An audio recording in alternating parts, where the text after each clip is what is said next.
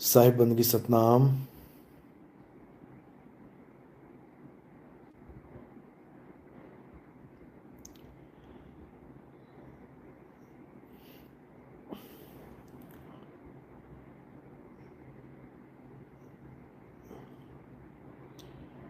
तो परमात्मा की अपार कृपा से अब बच्चा बच्चा जाग रहा है और बहुत ही सुंदर तरीके से ये ज्ञान सबको समझ में आ रहा है, क्योंकि बहुत से फ़ोन आते हैं जो अलग अलग पंथों में, अलग अलग संप्रदायों में, अलग अलग धर्मों में उस परमात्मा को पाने के लिए लगे पड़े हैं। लेकिन जैसा कि मैंने बताया कि बाकी सब ठीक है, श्रद्धा पूरी है, विश्वास पूरा है, बस जो करना है वो नहीं कर रहे हैं, बाकी सब कुछ करने में लगे हैं।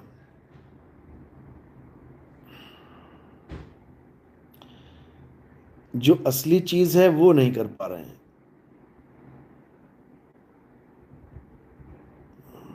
और असली चीज क्या है? ये तंत्र मंत्र जंतर पूजा पाठ हवन यज्ञ नित्य नेम, कोई नदियों के स्नान, कोई पर्वतों की परिक्रमाएं, कोई नमाजें, कोई अरदासें, कोई प्रेयर, कोई कुछ कोई कुछ कोई कुछ, इसी में सब उलझे पड़े हैं। जो करना है वो समझ में नहीं आ रहा, और जो कर रहे हैं उससे वो चीज़ मिलने वाली नहीं। तो कुल मिला के जीवन बर्बाद ही होना है। अब इससे बचा कैसे जाए? बस एक बात समझ लो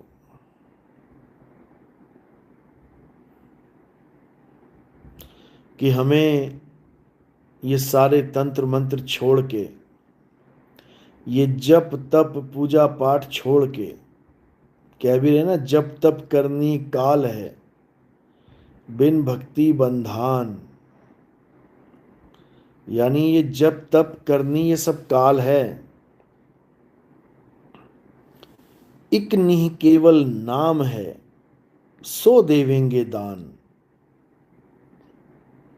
बताओ, वो केवल एक नाम है और वो निह अक्षर नाम है, सो देवेंगे दान। सच्चा गुरु उसी का दान देता है।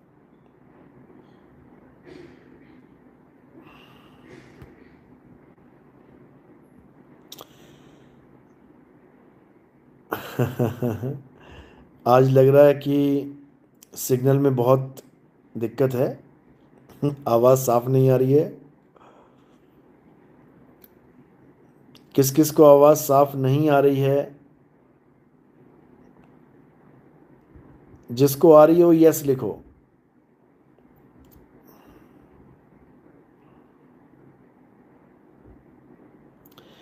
जिसको आवाज़ बिल्कुल क्लियर आ रही है, हाँ ठीक है। तो एक काम करें, क्योंकि मैंने दोनों लाइव चला रखे हैं, इधर वाले उधर शिफ्ट हो जाएं। जिस साइड आवाज़ नहीं आ रही है उस लाइव को छोड़ के दूसरे लाइव में चले जाएं।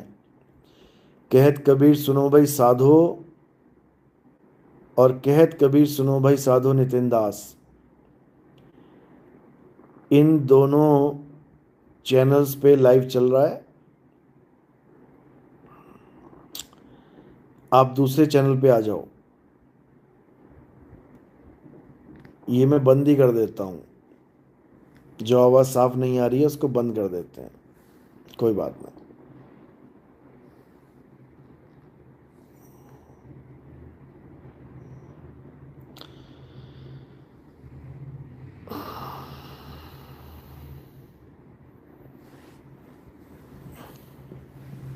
सतनाम सतनाम।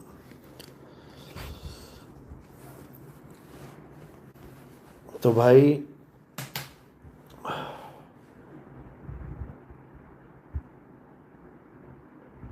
हरियाणा का माहौल आपके सामने ही है।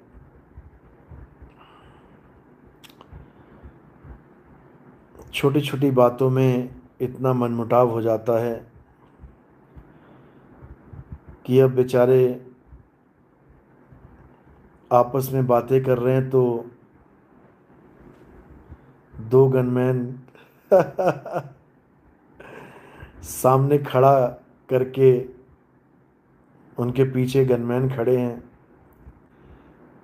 और वो वीडियो रिकॉर्ड कर रहे हैं या लाइव आ रहे हैं, जो भी है। सोचो, मतलब कहाँ से कहाँ जा रहा है सत्संग।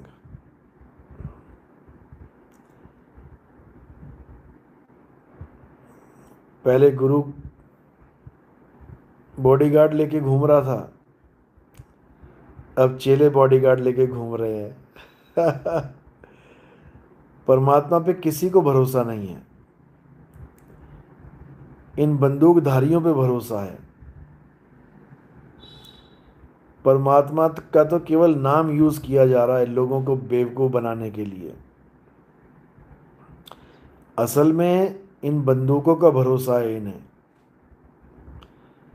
लोगों को बेवकूफ बनाते हैं कि परमात्मा कुछ भी कर सकता है, परमात्मा कुछ भी कर सकता है, बस इनको नहीं बचा सकता। परमात्मा तो कुछ भी कर सकता है। मरी गाय को जिंदा कर दिया, गोरखनाथ के सामने तागे पे बैठ गए ऊपर जाके, 52 कसनियां हो गईं, कितने लोग, सब कुछ कर सकता है, बस इन लोगों को नहीं बचा सकता। तो भाई इसीलिए संतों ने कहा है, जो कोई तुझको कांटा बोवे और वाको बोतू फूल, ऐसी थोड़ी नहीं कहा है। ऐसे नहीं कहा है कि आवत गाली एक है उल्टत होए अनेक, और कहें कबीर नहीं उलटिए, वो रही एक की एक, ऐसी थोड़ी नहीं कहा है। बहुत सोच समझ के कहा है। तो जब हम कबीर साहब की बातों को मानते ही नहीं है तो काहे के कबीरपंथी हैं?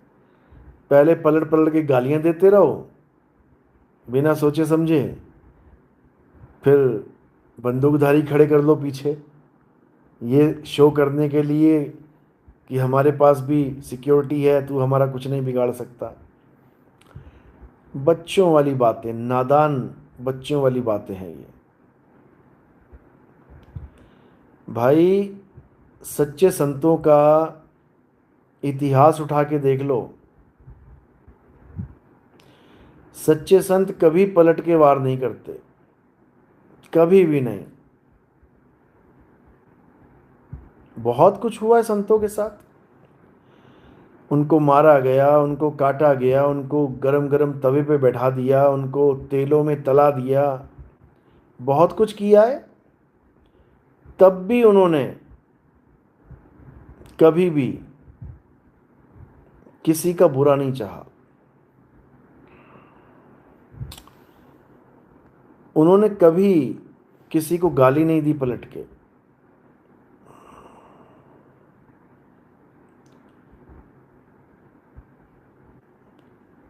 समझो, उन्होंने हमेशा लोगों का भला ही चाहा, भले लोगों ने बुरा किया।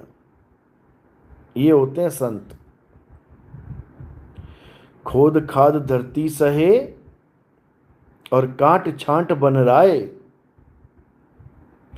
कटु वचन साधु सहे, और से सहा न जाए।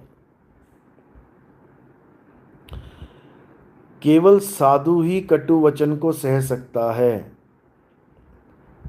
और असली साधु, ये नकली वाले नहीं, जो केवल रंग बिरंगे कपड़े पहन के बैठ जाते हैं साधु बन के, इनको हल्का सा भी कोई बुरा कह दे, ये सीधे माँ बहन पे आ जाते हैं। समझो। तो ऐसे लोगों को कबीर साहब ने कभी साधु बोला ही नहीं। दास कहाना कठिन है, हम दासों के दास, अब तो ऐसे बन रहे हैं कि पांव तले की घास। परमात्मा का असली दास वो होता है जो कभी किसी को पलटवार नहीं करता। अरे भाई अजय यदुवंशी, मैं हिंदू हूं, मुसलमान हूं, सिख हूं, ईसाई हूं, इससे क्या फर्क पड़ता है? इंसान हूं, इंसान बनाया गया है परमात्मा ने। हिंदू मुस्लिम सिख ईसाई नहीं बनाया किसी को।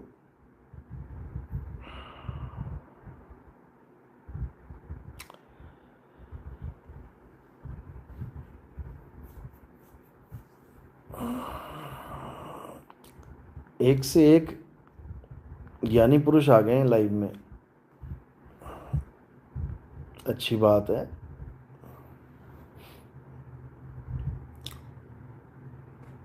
देव चौधरी बता रहे हैं कि कबीर पंथ एक काल्पनिक पंथ है।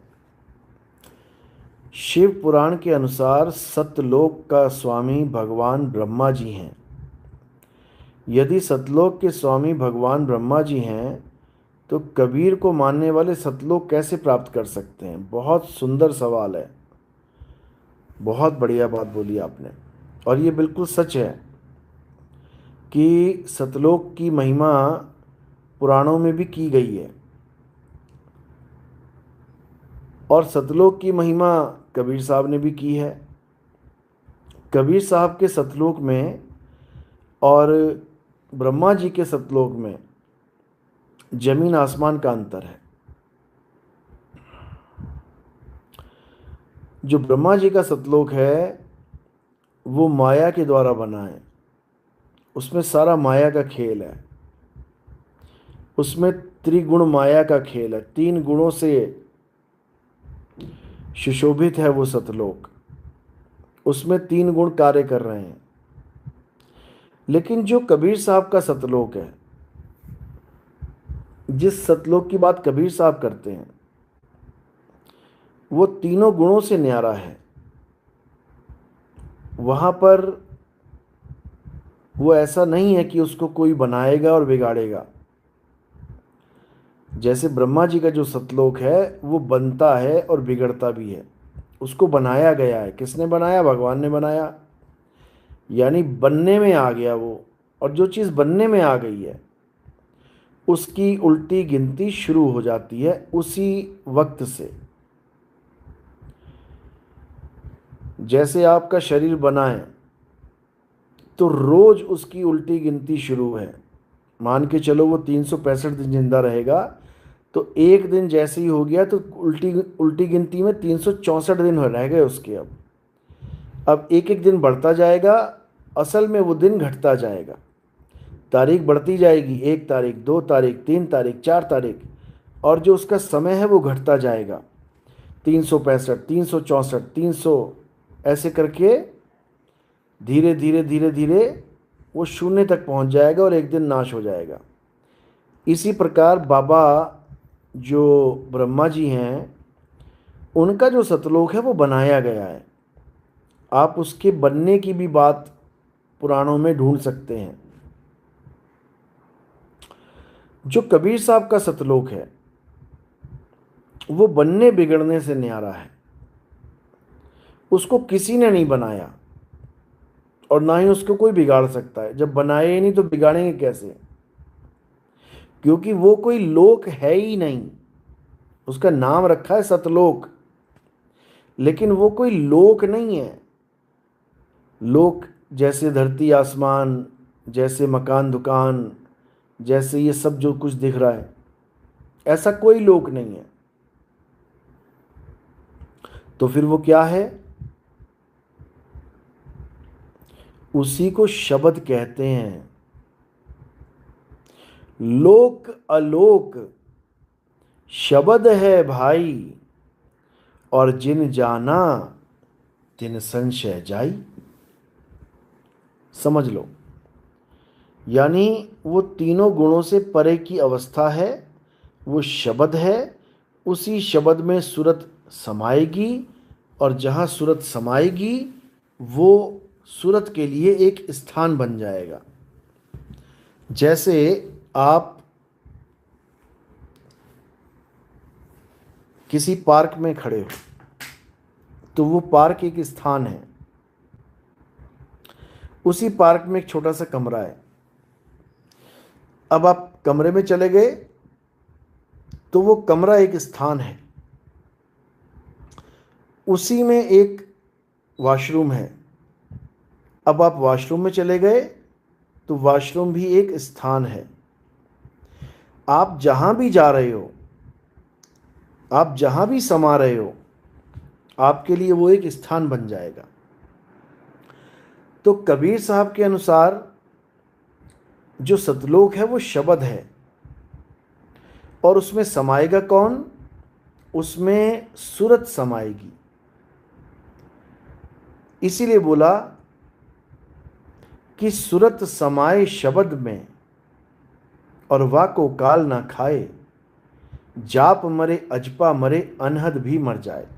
काल ना खाए मतलब कि समय उसको नहीं खत्म कर सकता, वो समय के अंतर से परे हो जाता है, समय के अंतराल से परे हो जाता है।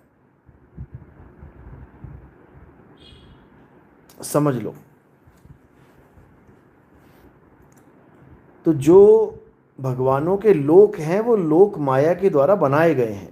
आप शिव महापुराण पढ़ रहे हो, आप देवी महाभागवत, देवी भागवत महापुराण पढ़ लो। आप उसमें जब पढ़ोगे तो आपको सारी कहानी जो मैं बता रहा हूँ वो सब दिखाई दे जाएगी। उसमें लिखा हुआ है सारा। क्या लिखा हुआ है? कि जब ब्रह्मा विष्णु महेश जी को माता ने प्रकट किया, पैदा किया, तो क्या हुआ? उन तीनों को एक योग निद्रा में डाल दिया गया, यानी वो सो गए। और जब उनको जगाया गया, क्योंकि सृष्टि का कार्य करना है तो तीनों को जगाना पड़ेगा। जब उनको जगाया तो उन्होंने माता से पूछा कि हमारा पिता कौन है? तो माता ने उनको स्पष्ट नहीं बताया कि तुम्हारा पिता कौन है। उसमें लिखा है कि एक यान आया, उस यान पे तीनों को बैठा दिया माता ने, और खुद भी चल पड़ी। वो यान कई लोगों को पार करता हुआ उड़ने लगा। तो एक ऐसा लोक आया जहां पर बहुत बड़े ब्रह्मा जी दिखाई दिए। ब्रह्मा जी का लोक था वो। तो जब ब्रह्मा जी दिखाई दिए सामने तो तीनों हैरान हो गए, क्योंकि ब्रह्मा जी तो यान पे बैठे हैं। आप पढ़ लो भाई, उसमें लिखा है, कुछ भी नहीं बोल रहे हैं। आपके पास अगर वो है तो पढ़ो, नहीं है तो खरीद लाना।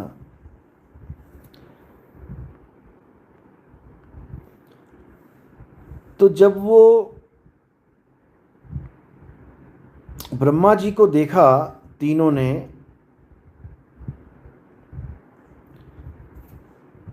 तो वो हैरान हो गए। और आगे चले तो विष्णु जी का लोक आया, तो वहाँ महाविष्णु जी ने दर्शन दिए, फिर तीनों हैरान हो गए। आगे एक लोक और आया, वहाँ शिव शंकर जी ने दर्शन दिए, तो फिर तीनों हैरान हो गए। अब ये जो लिखा हुआ है ये सांकेतिक ज्ञान है, इसके अंदर गहरे राज छुपे हुए हैं, लेकिन वो ऐसे नहीं समझ में आते।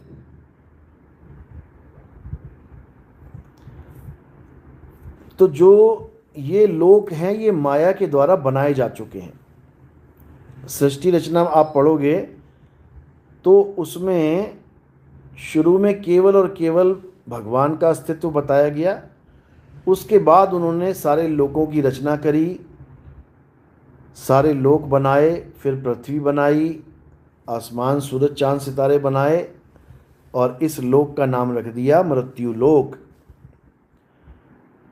लेकिन जिस लोक की बात कबीर साहब करते हैं वो कोई लोक नहीं है, वो कोई धरती आसमान वाला लोक नहीं है, वो कोई मकान दुकान वाला लोक नहीं है, वो कोई खाने पीने वाला लोक नहीं है, ऐसा कुछ नहीं है।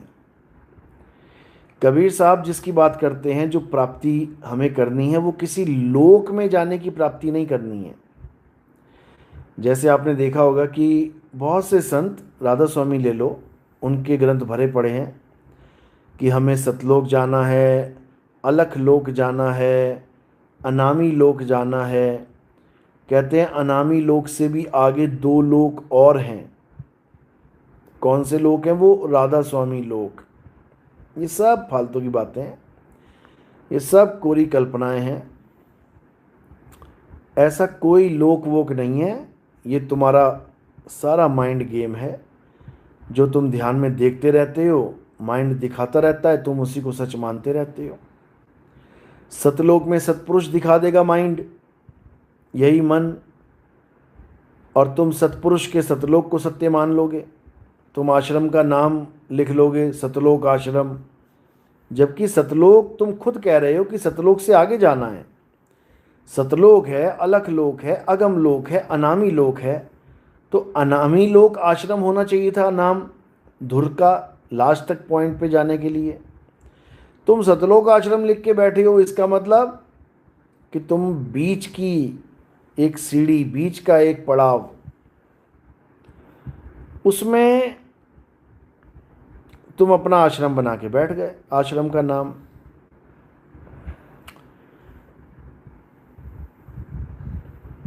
तो ये अज्ञान है। कबीर साहब का जो लोक है वो कोई हवा पानी मिट्टी धरती आसमान का लोक नहीं है, उनका लोक है शब्द। सूरत समाए शब्द में, यानी सूरत जब शब्द में समाएगी तो शब्द ही उसका लोक हो जाएगा, शब्द ही उसके रहने का स्थान हो जाएगा। कबीर साहब की वाणी है, रहना नहीं देश बेगाना है, ये धरती कागज की पुड़िया, बूंद पड़े घुल जाना है, ये संसार झाड़ और झाखड़ उलझ पुलझ मर जाना है। कहें कबीर सुनो भाई साधो, सतगुरु नाम ठिकाना है। यानी जो नाम है वो मंत्र नहीं है, नाम एक ठिकाना है। ठिकाना यानी अंत समय में जब तुम्हारा शरीर छूटेगा, जब मृत्यु को प्राप्त होगे, क्योंकि मृत्यु को तो शरीर प्राप्त होता है, शरीर टूटेगा, फूटेगा, जलेगा, गलेगा। तुम्हारे साथ क्या होगा ये तुम्हें बिल्कुल नहीं पता, क्योंकि ना तो तुमने कोई एक्सपीरियंस किया आज तक और ना ही तुम्हें कोई बताने वाला मिला। तो तुम्हारा क्या होगा, तुम कहाँ जाओगे? वही पुराने जो दिमाग में ये लोक, ये सारा जितना भी है सिस्टम बना हुआ है दिमाग में, यही तुम्हें लास्ट में ये सब दिखाने लग जाएगा। तुम्हें लगेगा कि हाँ 4 यमदूत आ गए पकड़ने के लिए।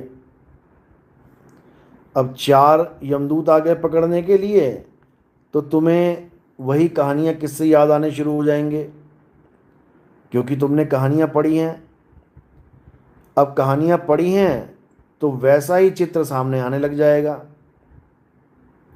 क्योंकि तुम्हारे माइंड ने उसको सच मान लिया है। और जैसे ही वो चित्र सामने आएगा तुम माया के लपेटे में आ जाओगे, तुम्हें किसी ना किसी लोक में ट्रांसफ़र कर दिया जाएगा। रामपाल जी के चेले हो तो तुम्हें गणेश जी का लोक दिखाया जाएगा पहले, फिर ब्रह्मा जी का लोक दिखाया जाएगा, फिर विष्णु जी का लोक आ जाएगा, फिर शंकर जी का लोक। क्यों? क्योंकि उन्होंने ये कहानी तुम्हारे दिमाग में फिट कर दी है। उन्होंने ये सारा खेल तुम्हारे दिमाग में फिट कर दिया है और तुम्हें अच्छे से समझा दिया है कि ऐसा ऐसा ऐसा तुम्हारे साथ होगा, तो तुम्हारे साथ होने लग जाएगा। समझ लो। या फिर किसी ने गोलोक का सपना देख लिया। कई गुरु हैं जो गोलोक की बात करते हैं कि हरे कृष्णा जपो, राधे राधे जपो, तुम गोलोक चले जाओगे, तुम श्री जी के पास चले जाओगे। अब देखो, हमारे सत्संग सुन के वो लोग इतनी बात तो करने लग गए हैं कि तू आदमी नहीं है, औरत नहीं है, तू शरीर नहीं है, तू आत्मा है। नकल तो मार ली, लेकिन नकल मारने के लिए अकल भी चाहिए। अब अकल है नहीं है तो क्या होगा? फिर वापस शरीरों में उलझ जाएंगे। तुम्हें ज्ञान दिया जा रहा है कि तुम शरीर नहीं हो, तुम आदमी औरत नहीं हो, तुम परमात्मा के अविनाशी अंश हो। इतना तो तुम्हें ज्ञान समझाया जा रहा है। क्यों? क्योंकि हमारी नकल मार रहे हैं। 2018 से मैं यही समझा रहा हूँ यूट्यूब पे, और ऑफलाइन मैं 2010 से समझा रहा हूँ। आज 16 साल हो गए हैं ये समझाते समझाते कि तुम शरीर नहीं हो, तुम आदमी या औरत नहीं हो, तुम आत्मा हो। तो इतना तो पकड़ लिया इन लोगों ने कि हाँ भैया आत्मा है, बात तो सही है, लेकिन अटका कहाँ रहे हैं? इस माइंड को खुराक क्या दे रहे हैं? तुम्हें इंस्ट्रक्शंस क्या मिल रही हैं? वही आदमी और औरत वाली, कि तुम्हारा अंत समय आएगा तो श्री जी की सखियां आ जाएंगी, लड़कियां आ जाएंगी, औरतें आ जाएंगी और तुम्हें लेके गोलोक धाम चली जाएंगी, और ऐसा हो जाएगा वैसा हो जाएगा। यानी तुम्हारे दिमाग में एक कल्पना डाल दी गई कि तुम्हें कुछ औरतें लेने आएंगी अगर तुम राधा राधा जपोगे तो। और अगर कोई हरे कृष्णा जप रहा है तो कृष्ण जी का जो है उसके दिमाग में डाल दिया जाएगा कि तुझे तो कृष्ण जी लेने आएंगे। कोई रामपाल जी का चेला है तो उसके दिमाग में डाल देंगे कि भैया बाबा जी लेने आएंगे। कोई राधा स्वामी जी का चेला है तो उनके दिमाग में पड़ी हुई है बात कि बाबा जी लेने आएंगे, बाबा जी लेने आएंगे। कोई धन सतगुरु का है तो वो अपने गुरु को इंतजार कर रहा है। तो कहने का मतलब है कि हर इंसान किसी ना किसी के दिमाग में वही सब डाल रहा है जिससे छुटकारा चाहिए। शरीर से छुटकारा चाहिए। हर संत यही कह रहा है कि मुक्ति प्राप्त करो, मुक्ति प्राप्त करो, लेकिन मुक्ति किससे चाहिए? किससे मुक्ति? यही नहीं समझ में आ रहा किसी को। अरे भाई, शरीर धारण किया है इसीलिए बंधन में है, और शरीर छूट जाएगा दोबारा कभी नहीं मिलेगा, इसी को मुक्ति कहते हैं। बस इतनी सी बात है। अब जो शरीर छूटना चाहिए वो छूट नहीं रहा। कारण क्या है? क्योंकि मन में एक और शरीर की लालसा लग गई है कि अंत समय आएगा तो मैं इस लोक में चला जाऊंगा, उस लोक में चला जाऊंगा। और याद रखना कि लोक में अगर तुम चले गए, किसी भी A to Z लोक में, तुम स्वर्ग लोक में चले जाओ, तुम नरक लोक में चले जाओ, तुम पितर लोक में चले जाओ, तुम गण गंधर्व लोक में चले जाओ, तुम देवताओं के लोक में चले जाओ, तुम कहीं भी चले जाओ, तुम्हें एक शरीर धारण करना ही पड़ेगा, क्योंकि लोकों की व्यवस्था ही यही है। तुम मृत्यु लोक में आए हो तो तुम्हें शरीर धारण करके आना पड़ा। तुम स्वप्न लोक में भी चले जाओगे, अभी रात में सो जाओगे 1 घंटे बाद, तुम्हें शरीर धारण करना ही पड़ेगा। तभी तुम उस लोक में फिट होगे जाके। बिना शरीर के कोई लोक नहीं है, बिना शरीर के केवल एक स्थान है, जिसकी बात मैं तुम्हें बता रहा हूं।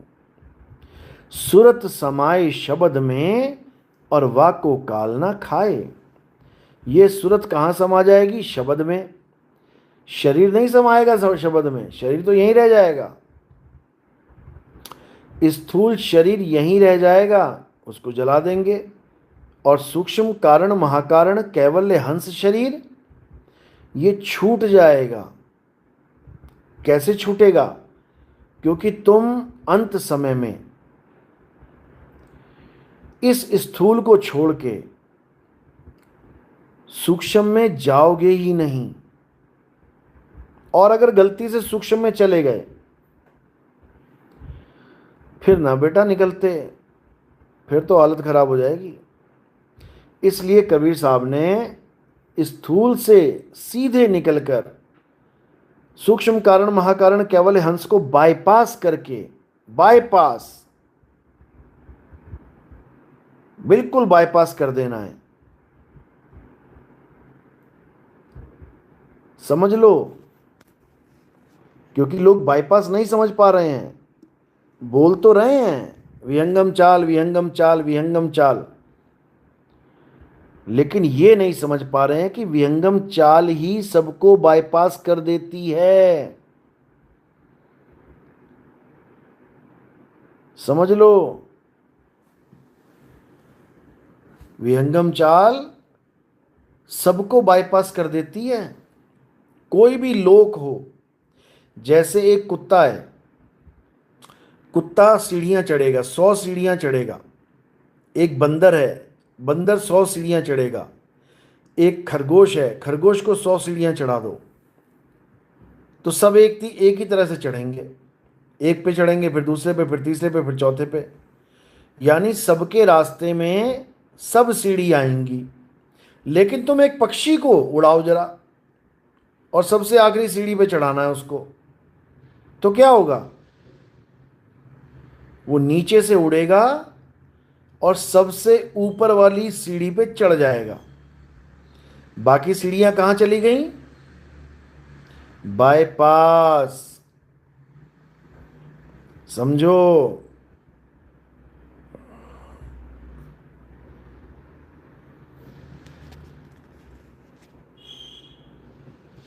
समझो। तो ये जो विहंगम चाल है ना, ये इसी को पूर्ण संत की चाल बोला गया है। बाकी चाल तुम्हें बाईपास करवा ही नहीं सकती।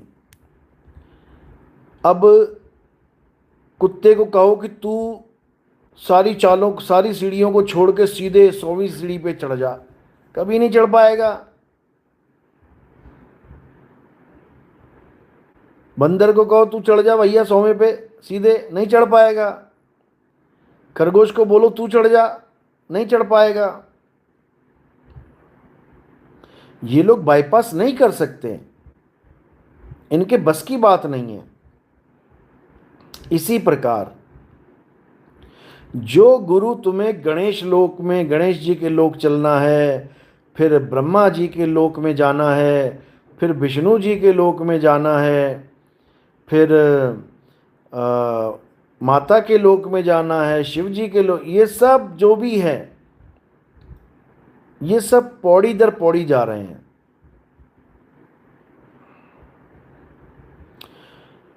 ये पूर्ण गुरु की चाल नहीं है। और जो पूर्ण गुरु की चाल है उसको विहंगम चाल कहते हैं। वो ऐसे नहीं जाता कि गणेश जी के लोक में जाना है फिर महेश जी के लोक में, ऐसे नहीं जाता। वो सीधे चिड़िया की तरह उड़ाएगा तुम्हें, बिल्कुल सीधे। इसीलिए विहंगम चाल को पूर्ण संत की चाल बोला गया है। शब्द विहंगम चाल हमारी, ये रामपाल जी वाली चाल विहंगम चाल नहीं है मेरे भाई, अटक जाओगे सारे। और पहले तो ये बताओ, जब तुम्हारे प्राण निकलेंगे, तुम्हारे प्राण मुंह से निकल गए, या नाक से निकल गए, या कान से निकल गए, या गुदा से निकल गए, या लिंग से निकल गए, प्राण कहीं से तो निकलेंगे भाई। जब प्राण तुम्हारे निकल गए तो क्या तुम फिर से गुदा में घुसोगे, जाके गणेश जी के लोक में जाओगे हैं? फिर ब्रह्मा जी के लोक में जाओगे स्वादिष्ठान पे, फिर नाभि लोक में विष्णु जी के लोक में जाओगे। ये सब पूर्ण गुरु की चाल नहीं है। सतगुरु के लक्षण कहूं अचल विहंगम चाल।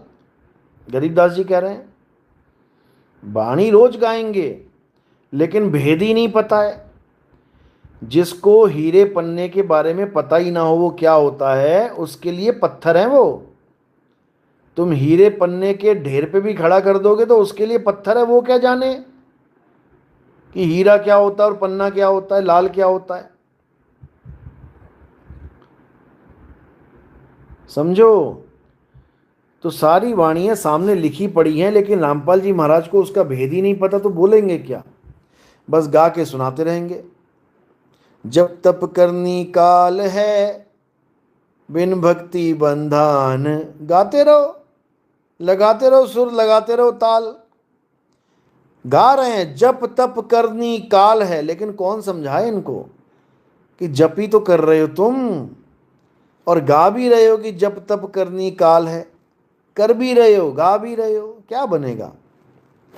84 में जाना पड़ेगा भाई साहब। तो इसलिए ये जप में तप में परमात्मा को देखना बंद कर दो। ना किसी जप से और ना किसी तप से नहीं मिलेगा परमात्मा। परमात्मा कैसे मिलेगा? विहंगम चाल से। और विहंगम चाल सीधे without proper channel, proper channel की जरूरत नहीं पड़ेगी। सीधे पक्षी की तरह उड़ जाना है और सीधे ठिकाने पे जाके बैठ जाना है। इसी को बोला है निशाना कोई मारे संत सुजान। निशाना कहाँ लगाना है? सीधे आखिरी पौड़ी पे। और ये तो उदाहरण है। अब कोई कहेगा आखिरी पौड़ी पे तो कुत्ता भी चढ़ जाएगा, पक्षी भी चढ़ जाएगा, फिर दोनों एक ही पौड़ी पे आ गए। ये तो उदाहरण मात्र है। असल में जाना है चांद पे, मान के चलो। अब कौन सा कुत्ता, कौन सा बिल्ली और कौन जाएगा चांद पे? विहंगम चाल के द्वारा पहुंच सकते हैं। रॉकेट जाएगा विहंगम चाल से। तो ये उदाहरण होते हैं डीप ओशियन। भाई करना क्या है? जो करना है वही समझा रहा हूं। एक बार में नहीं समझ में आएगा, आज पहली बार आए हो तो नहीं समझ में आएगा। नितिन दास सत्संग नंबर 1, नितिन दास सत्संग नंबर 2, नितिन दास सत्संग नंबर 3, 4, 5 ऐसे करते हुए यूट्यूब पे सर्च करते जाओ। फिर तुम्हें एक एक बात समझ में आने लग जाएगी मैं कह क्या रहा हूं। अभी नहीं समझ में आएगी, या फिर शॉर्टकट में बता देता हूं कि तुम्हें करना क्या है। अध्याय 3 17वां श्लोक पढ़ लेना है। ये बिल्कुल शॉर्टकट में बता रहा हूं मैं तुम्हें। गीता उठाओ, गीता नहीं है तो मोबाइल में टाइप करो अध्याय 3 17 नंबर श्लोक।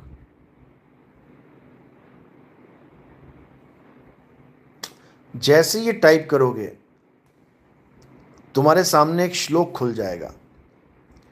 उस श्लोक में क्या लिखा है? हे अर्जुन, जो अपनी आत्मा में रमण करते हैं, जो अपनी आत्मा में तृप्त हैं, तृप्त यानी जिसे और कुछ नहीं चाहिए, तृप्ति आ गई। जो अपनी आत्मा में संतुष्ट है, संतुष्ट यानी अब उसका जो उसको चाहिए था वो उसको मिल गया, जीवन में संतुष्टि आ गई।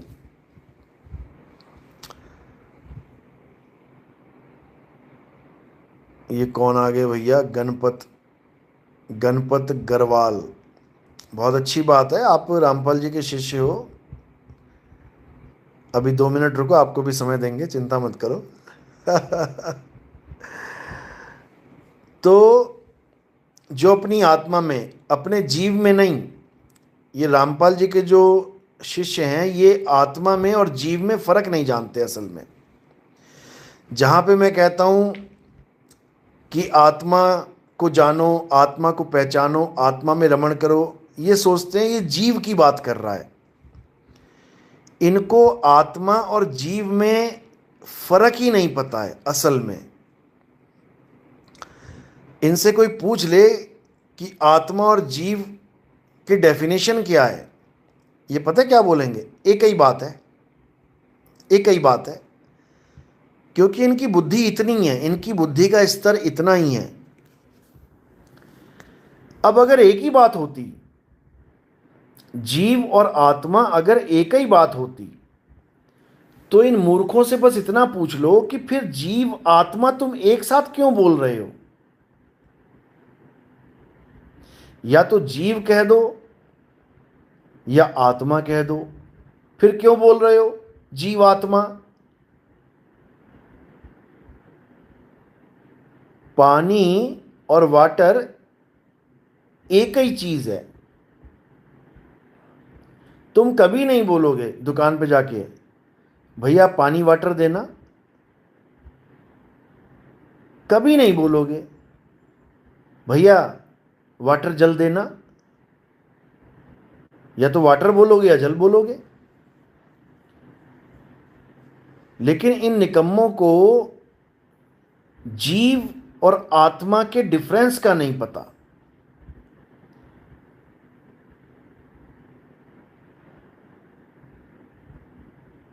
और बोलेंगे जीवात्मा। अरे भाई, अगर जीव और आत्मा एक ही चीज है तो या तो जीव कह दे या आत्मा कह दे, दोनों को मिलाने की क्या जरूरत है? ये इनकी बुद्धि का स्तर है। इतनी बुद्धि रखते हैं ये लोग जो 21 ब्रह्मांड में कहते हैं हमारे गुरु से बड़ा ज्ञानी कोई नहीं है।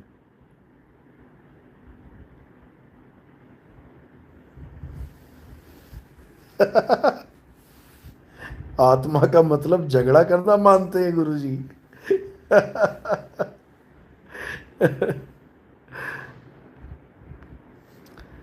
तो इन लोगों की जो बुद्धि का स्तर है वो इतना ही है कि ना तो इनको जीव का ज्ञान है और ना ही इनको आत्मा का ज्ञान है। गीता में बिल्कुल स्पष्ट लिखा है कि हे अर्जुन,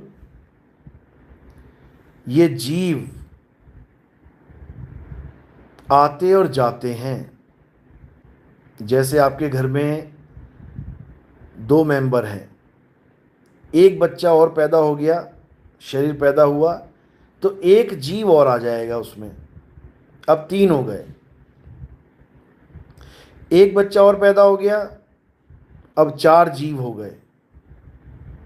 एक बच्चा मर गया, अब 3 रह गए। यानी जीव वो है जो आते और जाते रहते हैं। अनंत जीव हैं संसार में। जग में जीव अनंत न जाने पीव को। अब ये पीव क्या है,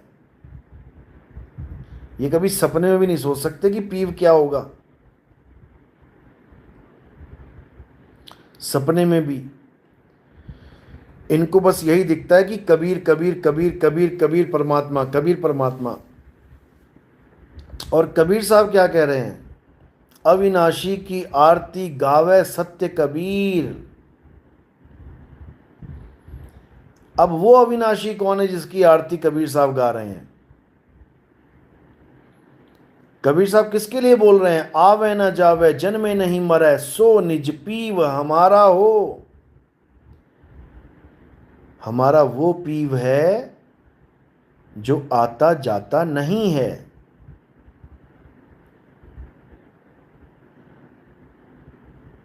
समझ लो, तो जो आता और जाता है वो जीव है, जीवात्मा। जीव और आत्मा एक चीज नहीं है। जैसे कहते हैं मीठा जल, तो मीठा और जल एक चीज नहीं है कि मीठा और जल एक हो जाए। मीठा का मतलब होता है चीनी, और जल में घोल दी गई है, इसलिए उसको मीठा जल कह रहे हैं। और एक है फीका जल, जिसमें चीनी नहीं घुली है। समझे? तो इन मूर्खों को ABCD नहीं पता अभी, और तत्वदर्शी बने बैठे हुए हैं। तो असल में तत्व दर्शन क्या होता है, अच्छे से समझ लो। गीता में सब कुछ बता रखा है।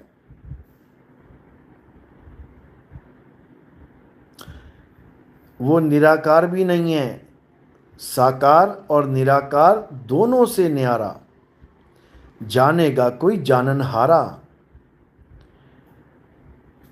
ये आप तब समझ पाओगे जब सत्संग सुनोगे। पहले समझ लो कि साकार और निराकार होता क्या है। साकार का मतलब होता है ये जो शरीर आपका साकार है, ये काया साकार है। और निराकार क्या है? मन निराकार है। मन निराकार है। निराकार निर्गुण है माया। मन और माया निराकार हैं, परमात्मा नहीं है। तो साकार शरीर है और मन और माया निराकार हैं। तो परमात्मा कौन है? परमात्मा शब्द है। शब्द, और शब्द सरगुण निर्गुण दोनों से न्यारा है। वो शब्द क्या है? वो शब्द हमारा सत्य स्वरूप है। उसी को नाम कहते हैं। नाम, जो कहते हैं ना गुरु जी के पास नाम ले आया मैं। नाम ले आया का मतलब ये नहीं होता कि कुछ नाम जपने वाला ले आया मैं, अब माला फेर रहा हूं मूर्खों की तरह। बेवकूफ़ बना दिया ऐसे गुरुआ लोगों ने जनता को। नाम का मतलब होता है तत्व। गीता तत्व की बात करती है। हे अर्जुन, तत्व को जानो, तत्व ही नाम है। ये अक्षरों को नाम नहीं बोला गया है, नाम तत्व को बोला गया है। नाम दान में तत्व ज्ञान लेके आता है शिष्य अपने गुरु से, और तत्व ज्ञान देने वाले को तत्वदर्शी संत कहते हैं। मंत्रदर्शी संत नहीं कहते हैं। मंत्र देने वालों को जपी कहते हैं। और कबीर साहब जपी का खंडन करते हैं, ना मैं जप में ना मैं तप में। लेकिन इन गुरुआ लोगों के दिमाग में ये बात नहीं घुसने वाली, क्योंकि कोई भेदी गुरु नहीं मिल रहा है इनको। तो क्या कह रहे हैं कि गुरु के पास जाके हम तत्व ज्ञान लेते हैं। अध्याय 4 34वां श्लोक। हे अर्जुन,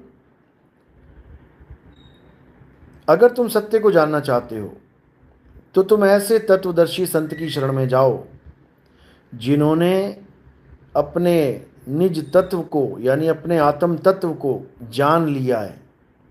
वही तुम्हें तुम्हारे तत्व का ज्ञान करा सकते हैं। उनके पास जाके दंडवत करके सेवा भाव से और छल से रहित होकर, कोई कपट ना रहे मन में, बिना कपट के जाना है। अगर चालाकी करके गए, कपटी बन के गए, तो 84 पक्की है, कोई बचाने वाला नहीं है। तो जब वहां जाना है तत्वदर्शियों के पास, तो दंडवत करके, नमस्कार करके अच्छे से ज्ञान को समझना है। एक बार ये ज्ञान समझ में आ जाए, यानी एक बार तत्व ज्ञान हो जाए, फिर तुम कभी असत्य को प्राप्त नहीं कर पाते हो। यानी एक बार तुम्हें पता लग गया कि तुम्हारा असली स्वरूप क्या है, उसके बाद तुम कभी अपने आप को शरीर नहीं मान पाओगे। आज जो वृंदावन वाले बाबा लोग कहते हैं ना, नकल मार मार के, कि तू अविनाशी है, तू अजन्मा है, तेरा कभी जन्म नहीं हुआ। बाबा से किसी ने पूछा, बाबा जी आप दुनिया में पैदा क्यों हुए? कहते मैं कभी पैदा ही नहीं हुआ। बताओ, ये सब बातें मैं 2018 से यूट्यूब पे बता रहा हूं, और ये बाबा लोग उसी को कॉपी कर करके आज तक नहीं बाबा बोला। दिखा दो कोई पुरानी वीडियोस हो जिसमें बाबा कह रहा हो कि मैं अजन्मा हूं, मेरा कभी जन्म नहीं हुआ। बताओ, हमारे सत्संग सुन सुन के अब बाबा अजन्मा हो गया। मतलब हद होती है। जो पहले केवल ये कहते थे कि भगवान अजन्मे हैं, भगवान का कभी जन्म नहीं होता, अब वो खुद को अजन्मा कह रहे हैं। इतनी हिम्मत आ गई बाबा में हमारे सत्संग सुन सुन के। सोचो, इतना वीर रस भर गया बाबा के अंदर, अपने आप को अजन्मा कह रहा है।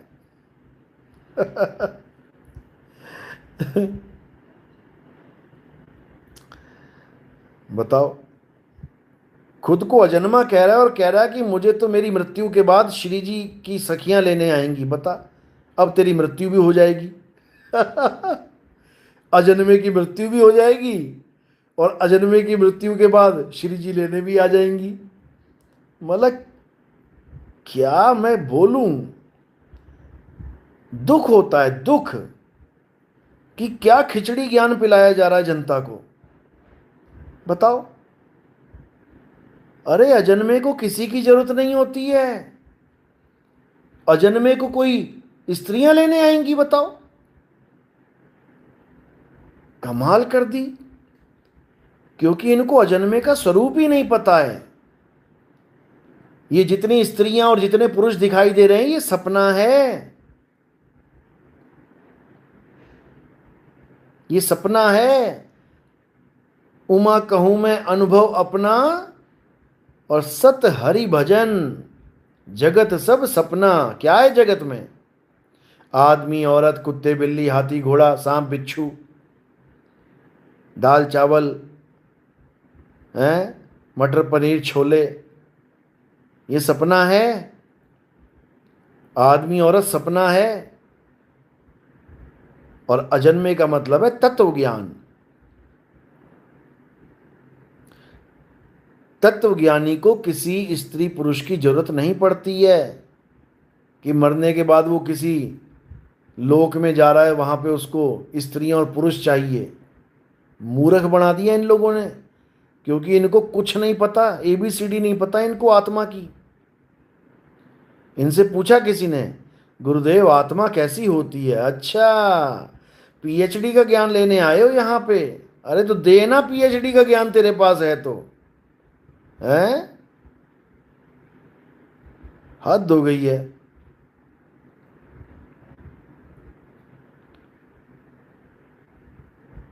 मतलब जनता को ऐसा बेवकूफ बना दिया इन लोगों ने। लेकिन फिर भी अच्छी बात है कि हमारी नकल कर रहे हैं, किसी और की नहीं। ये भी शुक्र है कि मेरी नकल कर रहे हैं, किसी और की नहीं, वरना पता नहीं कहाँ चली जाती इनकी बातें।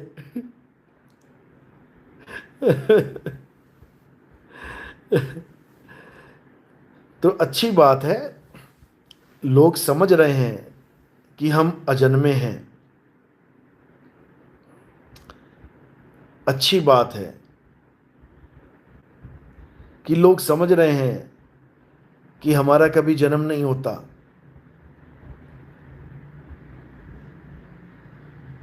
अच्छी बात है कि लोग समझ रहे हैं कि हम आदमी और औरत नहीं हैं। इतना तो समझ में आ रहा है उनको। और अच्छी बात है कि ये बताने वाले उनको आगे आदमी और औरत का दिलासा दे रहे हैं कि जब तुम मरोगे तो तुम्हें औरतें लेने आएंगी। क्यों? क्योंकि तुम राधे राधे जप रहे हो, तो राधे की सखियां आएंगी लेने। अच्छी बात है अगर ये बोल रहे हैं तो। क्यों अच्छी बात है? क्योंकि जब हम बोलेंगे कि भाई तुम्हें किसी शरीर की जरूरत नहीं है, तुम्हें किसी बाल खाल हड्डी मांस की जरूरत नहीं है, तुम्हें किसी नरकंकाल की जरूरत नहीं है, तुम अपने आप में पूर्ण हो, अपने स्वरूप को जानो, सत्य स्वरूप को जानो, वही तुम्हारा नाम है। सत्य स्वरूपी नाम साहिब का, सो निज नाम हमारा। जब मेरी ये बात उनके कानों में पड़ेगी तो चेतना जागृत होगी। उसके बाद ये राधे राधे सब छूट जाएगा। उसके बाद ये अल्लाहू अकबर, राम राम, वाहिगुरु वाहिगुरु, यहोवा यहोवा, ये सारे मंत्र जंतर सब छूट जाएंगे।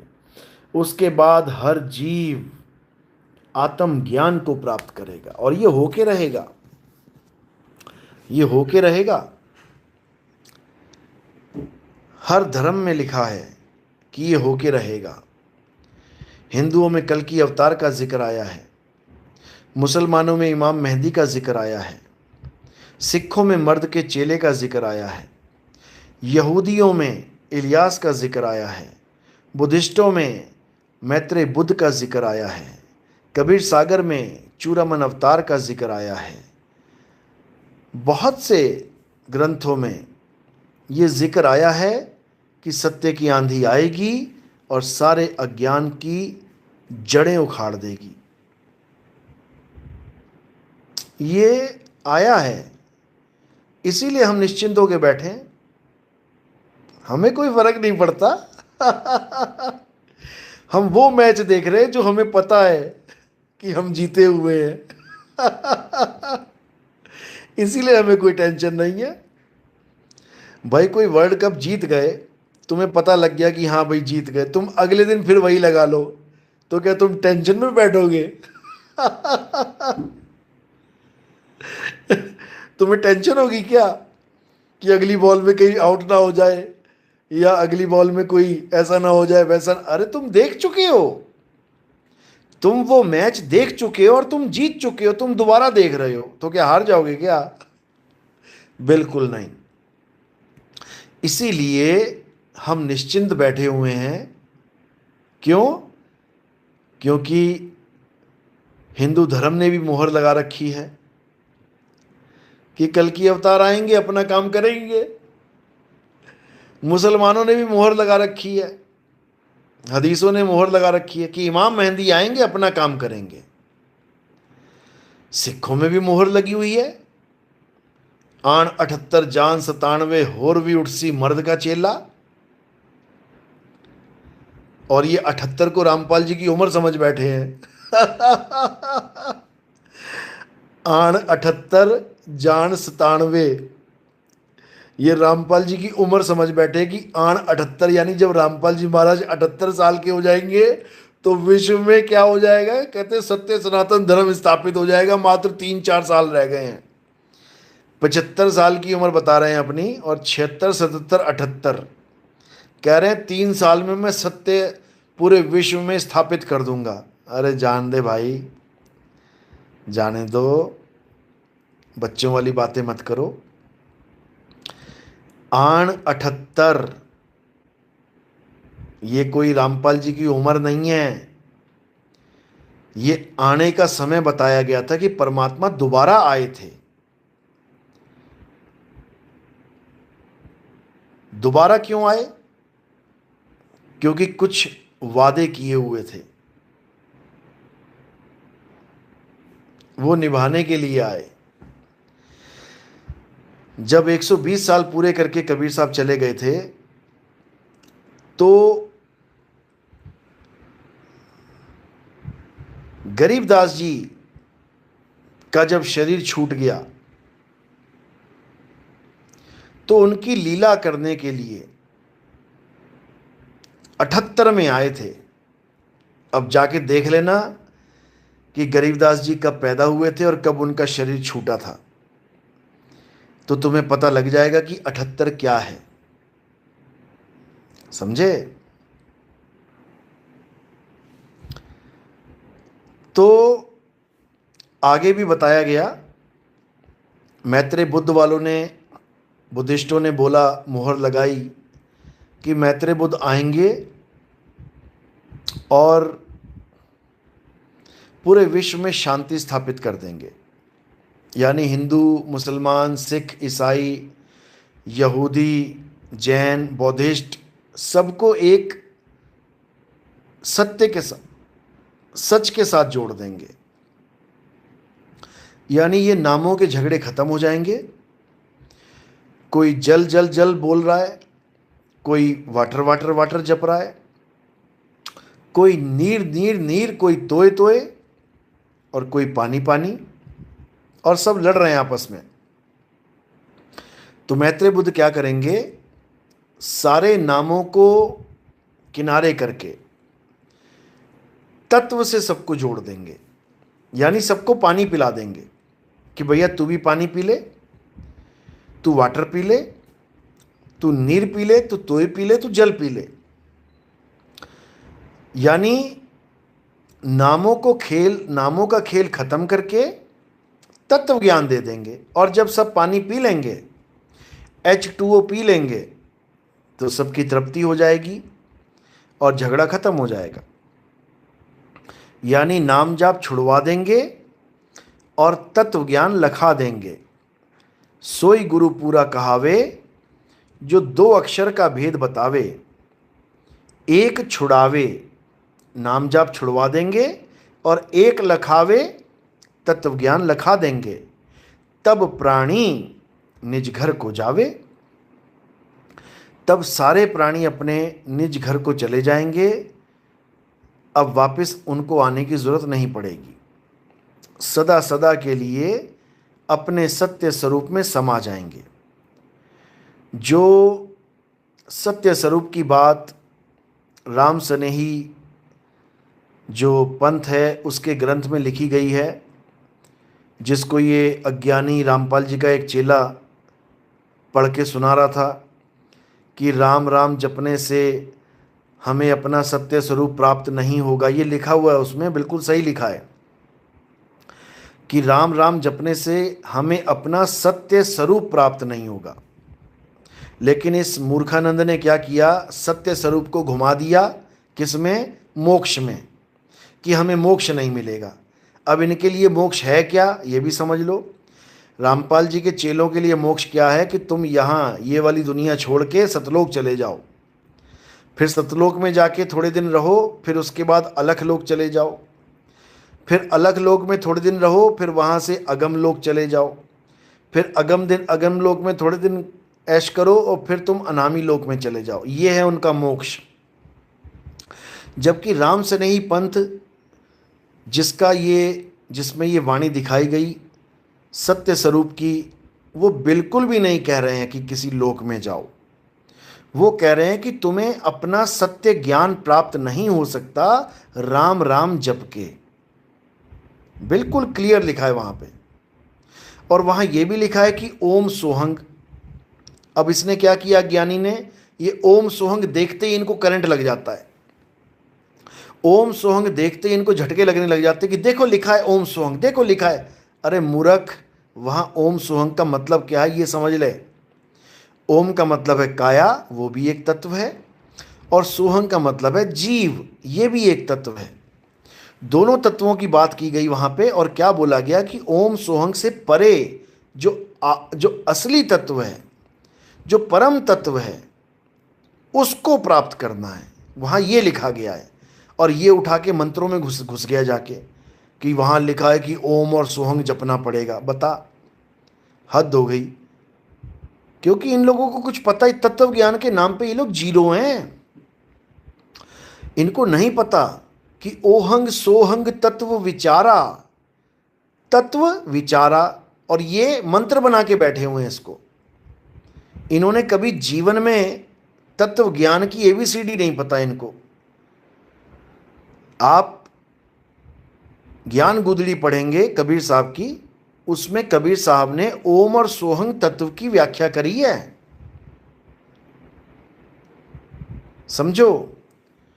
तो कह रहे हैं ओहम सोहम तत्व विचारा, बंक नाल में किया संभारा, मन को मार गगन चढ़ जाई, मान सरोवर पैठ नहाई।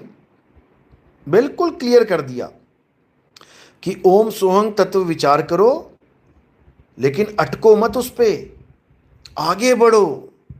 ओहम सोहम तत्व विचारा और बंक नाल में किया संभारा, मन को मार गगन चढ़ जाई। ये है वो इशारा जो ओम सोहंग से परे, का ज्ञान मिल रहा है। राम स्नेही पंथ में, अभी तुम्हें नहीं पता कि राम स्नेही पंथ में बिल्कुल स्पष्ट लिखा है उनके ग्रंथों में कि बाबा जी को एक गुरु मिले, और वो गुरु और कोई नहीं, कबीर ही थे। कबीर साहब मिले उनको और उन्होंने ज्ञान भी समझाया। लेकिन अब आगे मैं तब बोलूंगा जब मैं इसके ऊपर सत्संग करूंगा, क्योंकि प्रमाण के साथ वाणी बता के, वाणी दिखा के जो बोला जाए उसका प्रभाव कुछ और होता है।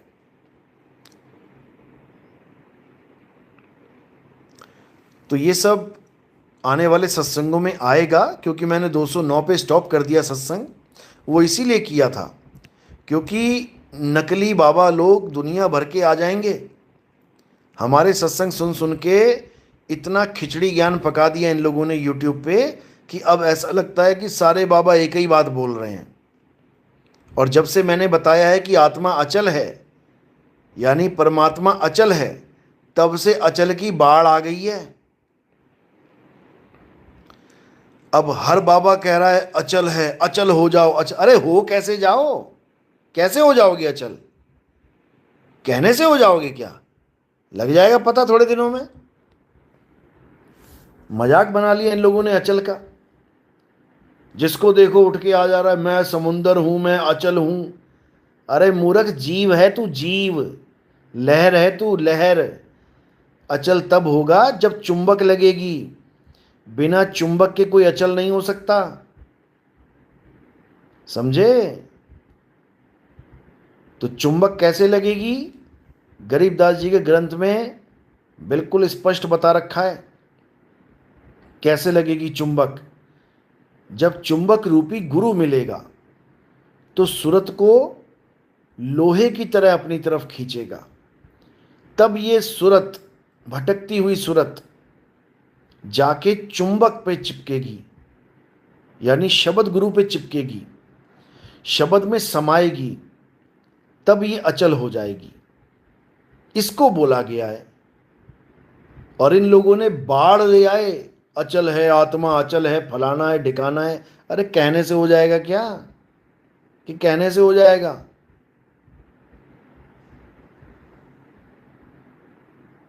हद कर दी है।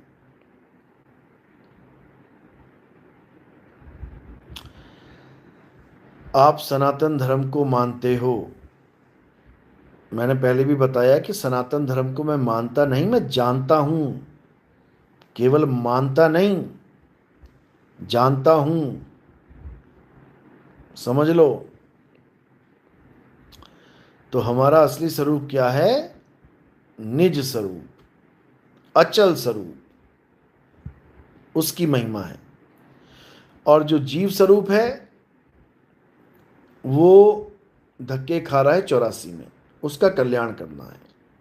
चलो, तो आज का सत्संग यही समाप्त करते हैं, और अब बहुत जल्दी मिलेंगे दोबारा नए सवालों के साथ, नए टॉपिक के साथ। तब तक के लिए सबको साहिब बंदगी सतनाम। जय बंदी छोड़ की, जय सतनाम, जय सतनाम।